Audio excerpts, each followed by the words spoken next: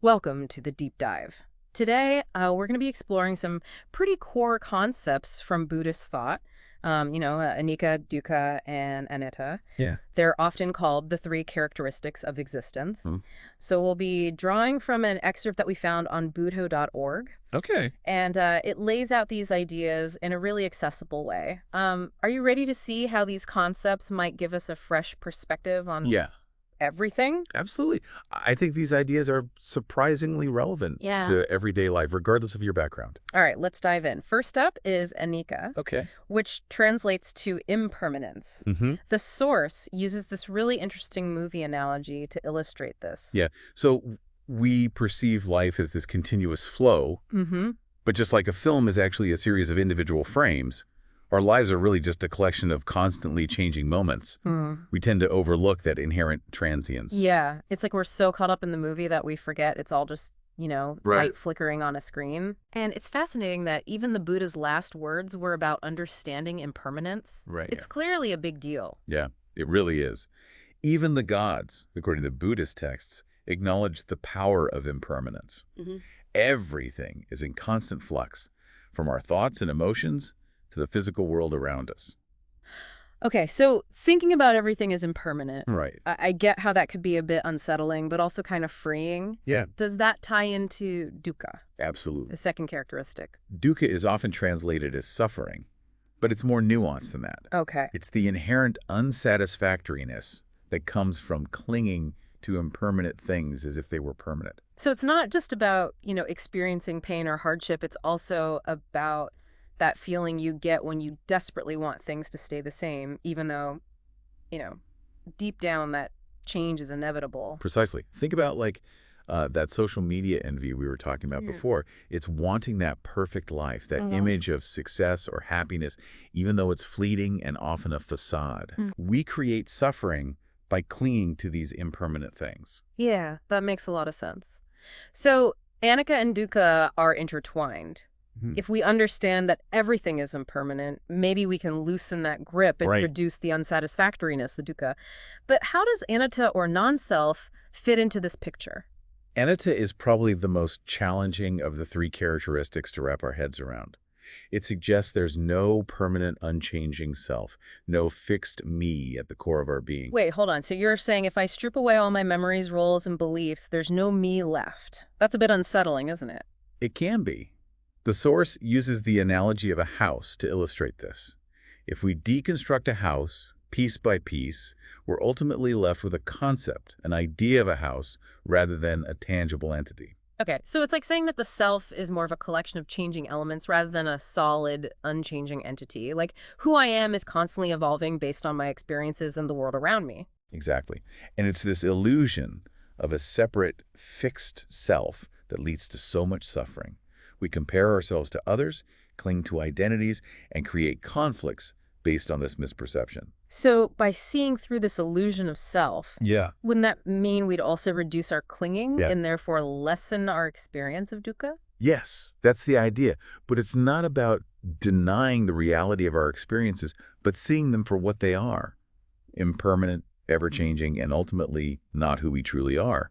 Through deep meditation and insight, we can begin to see through this illusion and experience a sense of liberation. Okay, so Anicca, the impermanence of everything, dukkha, the unsatisfactoriness that arises from clinging, and anatta, the illusory nature of self. Mm. They're all connected, but how does understanding this actually change anything? That's where things get really interesting. These insights aren't meant to be purely theoretical. Yeah. They can have profound practical implications for how we live our lives. So it's not just about, reading about these concepts. It's about embodying them in our everyday lives. Yeah, But how do we actually do that? Where do we start?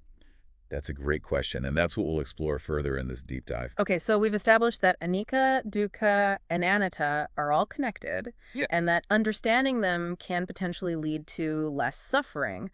But how do we actually put these concepts into practice? How do we move beyond just knowing about them to actually embodying them? Well, one of the key practices in Buddhism is mindfulness, Okay. which can help us cultivate a direct experience of these three characteristics. So it's not just about, thinking about impermanence. It's about feeling it, Right. seeing it in our own lives. Exactly. Through meditation and mindful awareness in our daily activities, we can start to observe the arising and passing away of all phenomena. You mean noticing how our thoughts, emotions, and even physical sensations are constantly changing? Like, instead of getting swept away by a wave of anger, we can step back and observe it, knowing that it too will pass. That's a great example. It's like watching clouds drift across the sky, noticing how they constantly change shape and eventually disappear. Hmm. Our internal experiences are also in constant flux.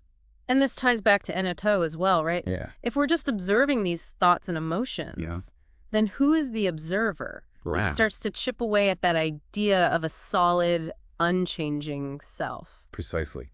The more we practice mindfulness, the more we start to see that there's no separate me that's experiencing these things. There's just the experience itself arising and passing away in each moment. Yeah, it's pretty mind-blowing. But the source also mentions that even nibbana, Okay. which is the ultimate goal in Buddhism and represents liberation from suffering, Right. is said to be without self. That's a really important point. Nibbana isn't about achieving some kind of blissful state where we merge with the universal self or attain eternal happiness. It's more about the complete cessation of clinging, Right. the realization of true freedom, Right. even from the illusion of self. It's like saying even in that state of liberation, there's no me to experience it. Exactly.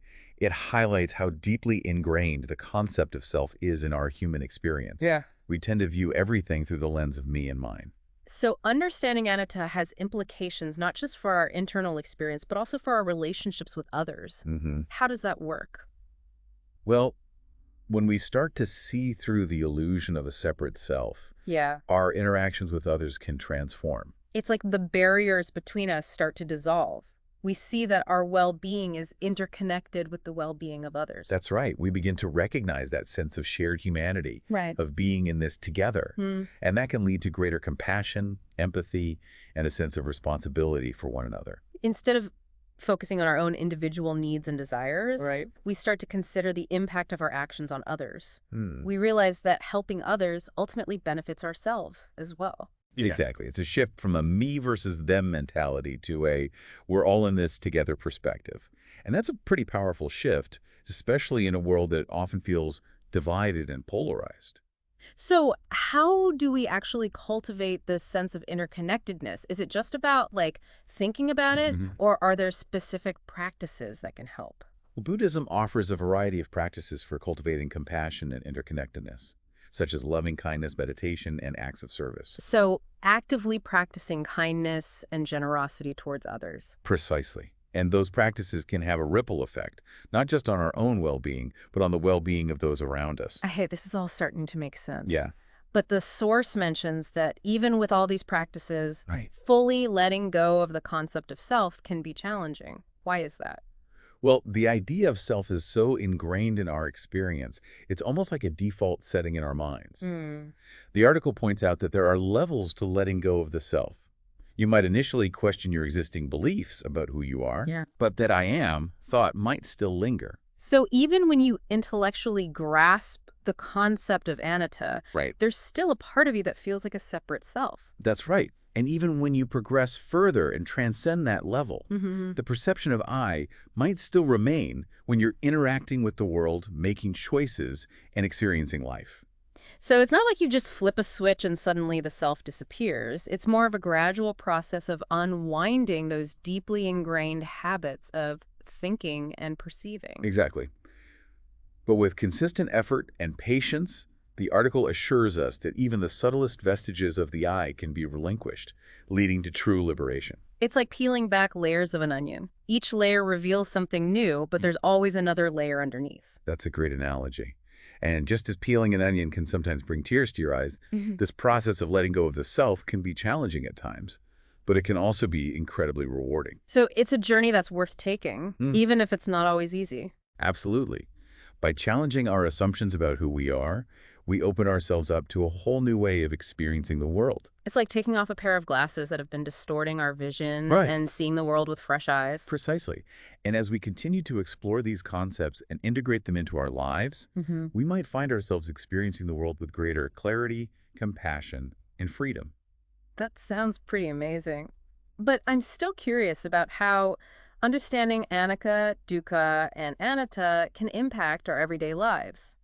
How can we actually apply these concepts in practical ways? Well, one way is to consider how these characteristics play out in our relationships with others. So instead of seeing relationships as static and unchanging, Right. we can appreciate their inherent fluidity and impermanence. Exactly.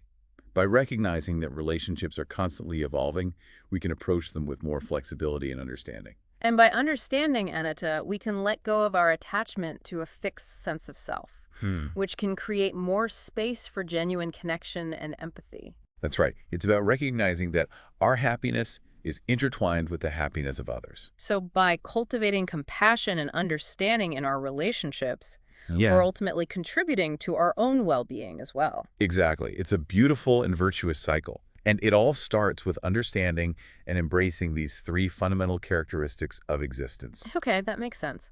But how does this understanding of impermanence and non-self impact our goals and aspirations? Doesn't it make striving for anything seem pointless? That's a common misconception. Understanding Anicca doesn't mean we should give up on our goals or stop trying to improve our lives. It's more about shifting our perspective on how we approach those goals. So instead of being fixated on achieving a specific outcome, Right. we can focus more on the journey itself. Precisely. We can still put in the effort and strive for excellence, but without that desperate clinging to success or fear of failure. Because ultimately, both success and failure are impermanent states. That's incredibly liberating. It allows us to be more present and engaged in the process, Yeah. rather than constantly worrying about the destination. It's about finding joy in the journey, even when things don't go according to plan. I'm starting to see how understanding Anicca, Dukkha, and Anatta can be incredibly empowering. It's not about giving up or becoming passive. It's about engaging with life in a more mindful and compassionate way. That's a great way to put it. So we've talked about mindfulness, compassion, and how these concepts can impact our relationships and goals. But the source also mentions the importance of weakening unwholesome mental qualities. What does that mean? Buddhism identifies certain mental states that lead to suffering, Okay. such as greed, hatred, and delusion. So those negative thoughts and emotions that we all experience from time to time. Exactly. These unwholesome qualities are like weeds in the garden of our minds. Oh, okay. They choke out the positive qualities that lead to happiness and well-being. So we need to weed them out. But how do we actually do that? The first step is awareness. We need to notice when these unwholesome qualities arise in our minds and how they affect our thoughts, words, and actions. So paying attention to our internal landscape and noticing those patterns of negativity. Right. Once we've developed some awareness of these qualities, we can start to apply antidotes to counteract them. So for example, Yeah. if we notice greed arising, we might practice contentment. Right. And if we're experiencing hatred or anger, we might practice loving kindness and forgiveness. Exactly. It's like using the right tools to cultivate a healthy and balanced mind. Mhm. And just as a gardener needs to be diligent in weeding their garden, we need to be persistent in our efforts to weaken these unwholesome qualities. But the source also emphasizes patience. It's Right. not like these negative tendencies are just going to disappear overnight. Definitely not. It's a gradual process that requires consistent effort and self-compassion. So it's okay to stumble and make mistakes as long as we keep learning and growing. Absolutely. The path of self-transformation is a lifelong journey. And it's a journey that's available to anyone, regardless of their background or beliefs. That's the beauty of these teachings. Yeah. They offer a timeless wisdom that can benefit anyone seeking a more fulfilling and meaningful life. Okay, so we've covered a lot of ground here. We've talked about mindfulness, compassion, weakening negative tendencies, and the importance of patience. But there's one key element we haven't discussed yet, Bubbly. wisdom. How does wisdom fit into all of this? Wisdom, in the Buddhist sense, refers to a deep understanding of reality, particularly the three characteristics we've been discussing. It's not just knowledge, but a transformative insight that arises from direct experience. So it's not enough to just read about Anicca, Dukkha, and Anatta. We need to actually experience them in our own lives. Exactly. And as we cultivate wisdom through meditation, study, and contemplation, Yeah. our perspective on life begins to shift. We start to see things more clearly, Mm. with less delusion and attachment. And that clarity can lead to a profound sense of peace and liberation. Precisely. Wisdom is the key to unlocking the transformative power of these teachings. This has been incredibly insightful. But I'm wondering, with all this talk about impermanence and the illusory nature of self, Right. is there a danger of becoming nihilistic or apathetic? Does it lead to a sense that nothing really matters? That's a great question, and one that often comes up when people first encounter these concepts. Yeah.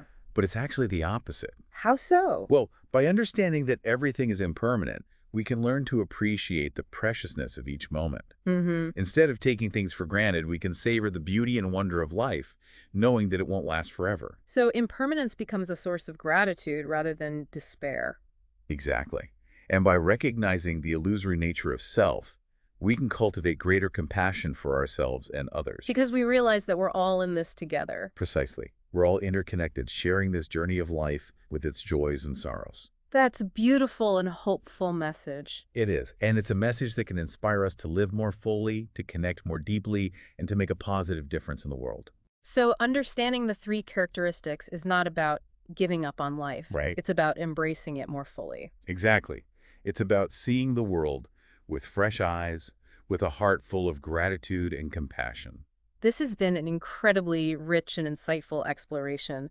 I'm feeling a lot more clarity about these concepts, but Yeah. I'm also realizing how much more there is to learn and experience. That's the beauty of it. It's a Yeah. lifelong journey of discovery. So for those listening who are interested in exploring these ideas further, what would you recommend? Well, the Buddha.org website that we've been referencing is a great resource. And there are also many books, courses, and meditation centers that offer guidance on these teachings. The most important thing is to approach these concepts with an open mind and a willingness to experiment. And to be patient with yourself. It takes time and effort to integrate these insights into your life. Exactly. It's not a quick fix, but a lifelong process of growth and transformation. Okay, so we've covered a lot of ground in this deep dive into the three characteristics of existence. But I'm wondering, is there a specific practice or technique that we can leave our listeners with? Something they can try out in their own lives? That's a great question. One simple but powerful practice is to bring awareness to your breath throughout the day. So just noticing the sensation of breathing, Yeah, the rise and fall of the chest. exactly. It's a simple way to anchor yourself in the present moment and to cultivate mindfulness. And by focusing on the breath, we can start to notice the impermanence of our thoughts and emotions as they arise and pass away. That's right. The breath is a constant reminder that everything is in flux. And it's something we can do anytime, anywhere. Absolutely. It's a portable practice that you can take with you wherever you go. So throughout the day, just take a few moments to pause and notice your breath. And as you do that, see if you can bring a sense of curiosity and non-judgmental awareness to your experience. Just observe the breath, the thoughts, the emotions, without getting caught up in them. Exactly. It's a simple practice, but it can have a profound impact on your well-being. This has been an incredible exploration. Thank you for sharing your insights with us. It's been my pleasure. Okay, so we've delved deep into Anicca, Dukkha, and Anatta, exploring their interconnectedness and how they can help us live with greater wisdom and compassion. And we've touched on practical ways to integrate these insights into our daily lives. But before we wrap up, I'd like to leave our listeners with a final thought-provoking question. Please do. If you were to fully embrace the idea of impermanence, how might it change the way you approach your life, your relationships, and your goals? Would it free you from anxieties, allow you to savor the present moment more fully, or perhaps inspire you to live more boldly? That's an excellent question, and one that I hope our listeners will take some time to ponder. We encourage you to continue exploring these concepts and to discover for yourself the transformative power of these ancient teachings. And remember, the journey of self-discovery is a lifelong adventure. Thanks for joining us on this deep dive. Until next time, keep seeking, keep growing, and keep diving deep. Yeah, that's a powerful question to consider. It seems like if you could really fully grasp impermanence, it could really shift our whole perspective. It really could. Imagine approaching all of life's challenges with this understanding, that they too will pass. So instead of getting bogged down by setbacks or disappointments, we can kind of see them as temporary phases. Precisely. Recognizing the impermanent nature of difficulties can really help us to maintain a sense of hope and resilience. Yeah, that makes a lot of sense. And it's not about, denying the reality of pain or hardship, but it's about understanding that it's not going to last forever. Exactly. And this perspective can be applied to all aspects of life, not just the challenging ones. So even when things are good, we can appreciate them even more, knowing that, they won't stay the same forever. Absolutely. Embracing impermanence can really deepen our gratitude for the good times and help us to savor those moments more fully. It's like, that saying, this too shall pass. Right. It applies to both the good and the bad. Exactly. And this realization can bring a sense of peace and equanimity even in the midst of all of life's ups and downs. This has been an incredible deep dive into the three characteristics of existence. We've covered so much ground, from the basic concepts of Anicca, Dukkha, and Anatta to their practical applications in our lives. Yeah, we've explored how these insights can help us to cultivate mindfulness, compassion, and wisdom. And we've even touched on the transformative potential of letting go of that illusion of self. It's been a rich and insightful exploration. It really has. Thanks for joining us on this journey into the heart of Buddhist thought. We hope you found it valuable and thought-provoking. And remember, the journey of self-discovery doesn't end here. Keep exploring, keep questioning, and keep diving deep.